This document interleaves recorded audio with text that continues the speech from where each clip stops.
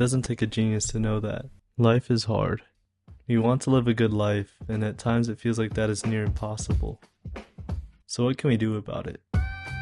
According to my dad, there are 3 things you can do that will help you achieve a good life. The last lesson is the most important, so be sure to stay till the end. Lesson 1. Living below your means. At a young age, my dad ingrained in us the value of $1 and the importance of money. My grandpa and grandma moved to the US through the Navy with nothing but their dreams of a better life. The American dream. We would hear of all the stories from his childhood. How he and his siblings had to help make ends meet as kids. My dad and my uncles would wake up at 4 a.m. as teenagers at the crack of dawn, delivering newspapers on their bikes before school. My grandparents were never home, so they were left to their own devices for most things at home and for school. They virtually had to raise themselves. They really had no choice. These sacrifices were necessary to make ends meet. It's not like they didn't want to be home, they just always had to work. They had to budget and control their spending tightly, or there wouldn't be food on the table. It was vital for them to live below their means, and to live frugally. It's such a simple concept, but it's an important one that often isn't given enough weight or consideration. You want to be in a position where money is no longer a lifeline, but a tool to make life better for yourself and for those around you, to the point where you can focus on what really matters most to you. Still, people have the tendency to spend money they don't have, either because they want to show status or they lack the financial literacy to budget. Don't be a sheep. It's important to stay disciplined with this concept because living below your means is essentially the first step towards financial freedom. It allows you the opportunity to control your own actions rather than having money dictate your behavior. By not living below your means, you will constantly be worrying about how you can stay afloat to make ends meet. Money matters most when you don't have it. It becomes the most important thing in one's life. It consumes you. All your time and energy is fixated on it. My dad made this very clear to me through his life and through all his lectures. You don't want to ever be in a situation where you have to eat crackers for dinner or have to worry about how you will get your next meal. So don't fuck up your life and spend money you don't have. It doesn't matter how much you make. Just live below your means and you're a rich man. Lesson 2. Be kind, not nice. There's a huge difference. This lesson particularly is one of the hardest for me to put into practice. Growing up, my dad would tell me I would not survive the business world because I was too nice. I'm grateful he drilled this into my head because he was right. I am too nice. I'm a people pleaser. As a kid, I would let my fellow peers walk all over me and take advantage of me at the detriment of my own well-being. I remember one specific story from my childhood with Bakugan. If you weren't born in the early 2000s, Bakugan was like a fusion between Pokemon and Yu-Gi-Oh! That took our premature elementary minds by storm. I had this one Bakugan called Fortress, and he was literally a god. He had 680 Gs, and it was rare for the average kid to have any Bakugan over 500 Gs, so this was a big deal. Then one day I was playing with my friend, and he wanted to trade. He had a Dragonoid that maybe broke over 400 Gs. The only thing special with this Dragonoid was that he had colored it completely black with a Sharpie. He wanted to trade this doo-doo Dragonoid for my Fortress. And guess what I did? I agreed to the trade. And the worst part of it all was that I knew it was a trash deal, but I wanted to be nice and make my friend happy. I think my dad noticed what was going on and he intervened. Fortunately, I did not lose my beloved Fortress, but I did receive a hard life lesson that day. Be kind, not nice. Because at the end of the day, who is going to pay your bills? Lesson 3. Have a proactive mindset. Now before I get into this one, I just wanted to say thank you for making it to this part of the video. I really appreciate you for sticking around listening to me talk. You are a true blessing and I hope you continue to tune into my journey and my stream of thoughts. Whatever you decide, you're right. Your mind will take on the character of your most frequent thoughts. Souls are dyed by thoughts. Color your thoughts with the hues of cheerfulness, kindness, and serenity. Great is the power of thought to mold the external world to its likeness. Be careful what you set your mind upon, or you will surely achieve it. Marcus Aurelius. So again, whatever you decide, you're right. If you believe that you won't get far in life, you won't get far in life. If you believe that you can't accomplish your dreams, you won't accomplish your dreams, and vice versa. Whatever you decide, you're right. This is what being proactive means. We take accountability for our own actions. We own up to it. We are responsible for our own effectiveness, happiness, and our circumstance. And we decide our own path. I hope I'm not coming off as some smarty pants or seem condescending. Just because I've quoted Marcus Aurelius doesn't make me any better than you. This really is serving as a reminder for myself, because I do find myself having a reactive mindset, blaming circumstances and waiting for things to resolve themselves, thinking I don't have control over my own life, that I'm trapped in a box with my hands tied. Because you don't. You don't have your hands tied. You aren't trapped in a box. Most times it's all in your head. The limiting beliefs saying you can't is all in your head.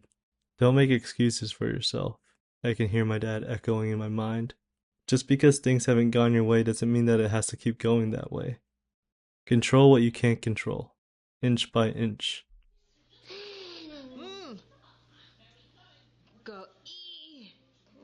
You control your thoughts. Your thoughts steer your perception of reality, which in turn directs your actions, behaviors, and habits. These patterns collectively weave the fabric of your life. Your world is your thoughts, so protect the quality of them. For a good period of time back in the fall following graduation, I was in the worst headspace I've been in for years. I found myself regressing to a place I never wanted to regress to. I was overwhelmed and anxious. For 3 months, between October and December, I had such degrading and down thoughts about myself. I felt like I wasn't living up to my potential. I didn't feel worthy for the position in life I was in, the hand I was given. I wasn't making an impact. I was failing the world, failing others, failing my family, and ultimately failing myself. Why do I tell you this? It's because it's important. When I found myself falling into a very bad, no good headspace, I started believing that there wasn't anything I could do about it, like my fate was sealed, and that was it, that I had to suffer and just be miserable. At that point in time, I knew I needed a paradigm shift, a reminder that we have the power to choose how we respond to life. All right. Let me interrupt you. Yeah. A year ago, when you graduated, what was your goal? My goal is to make an impact and help people, but there's no metric with that. There is no metric. So let me ask you this: if you're on it's called the airplane theory. Yeah. What do they tell you on the airplane? If the plane's getting ready to go down, But always put your mask on first yeah. to help yourself first before you help somebody else. Because you can't help anyone unless you focus on you first.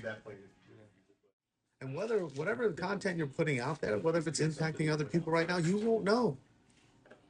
But if it feels right to you, who gives a fuck? Just do it. And Jake, you got to say no to people sometimes. Sometimes you commit to do a lot of stuff. That's why I kind of shake my head when you see certain things. I'm like, you're going to have to learn the hard way. And there's nothing worse when you tell people that you're going to do something and you don't fucking do it. You start losing credibility. Yeah. It's the worst. This is life. You're 24. You're going to live till you're fucking 90 or 100. You got to focus on the long game. Again, that is another thing that you control. You know, part of me is like, as honest as I can be, get the fuck over it, dude. Yeah. That's you thinking about what other people think. You shouldn't give a fuck what other people think. So what? Yeah, I got opportunity. You're letting other people because you haven't felt like you've earned it. I mean, dude, you've accomplished a lot more than what I did. You know, if you want to try to compare, as a 23, 24-year-old kid, you know, you just did it in different avenues. I mean, you know, I go back to wrestling. Your senior year, when you were committed to losing weight, you knew that spot was there, and what you did to commit to make it to states and make it to the blood round. Yeah. Don't beat yourself so hard on it, dude. Look, if you want, change your fucking last name if that's going to make you feel better. Whatever took your mind, whatever you think. I'm not Nabil. I didn't found Chicho's. I took over what he started. You know, I remember sitting in a meeting and they asked me, like, this is when I first bought Chicho's. And they're like, what's your story? Yeah. You know, how did you do this? And, you know, I stood up and I said, I don't even know how to make the sauce. That's what we're known for. And they all looked at me like, and? Yeah. You know, so they looked at me and I didn't give a shit. I actually stood up. It was in a market meeting because it's eating you up. And it's causing this paralysis by analysis because you're not fucking going out there. I don't know. You got to think of another coping mechanism, dude. I mean, at some point the lights got to come on, but only you control that, right? Yeah. Thanks, Dad. Yeah, man. If you haven't realized already, much of what I've been spewing is just me projecting the lessons I've learned from my dad. Be proactive. When you find yourself in a hole, ask yourself these questions. What is our response? What are we going to do about it? How can we take the initiative? And we have the power to choose a positive response. We have responsibility, the ability to choose our response. We empower the things that control us. What things outside of your control do you let control you? This circles back to the previous two lessons. When you live above your means, you're allowing yourself to be controlled by money. Money shouldn't control you. You control you. Same goes for people. Are you finding your voice when interacting with others, or do you bite your tongue to keep the peace and to have others like you? Plant your flag where it needs to be and don't let others step on you. Be genuine, not just agreeable. Show compassion, not mere politeness. This is life. I'm not saying you should be an asshole and just start punching people, but if you lack resolve, you need purpose. You need a why. You can just start your own brand. The son of an entrepreneur, or young college graduate. You're going to relate to so many other people. What you're feeling right now, I promise you, there's millions of other kids that do the same thing. And I always believe true, raw, genuine content is better than anything staged.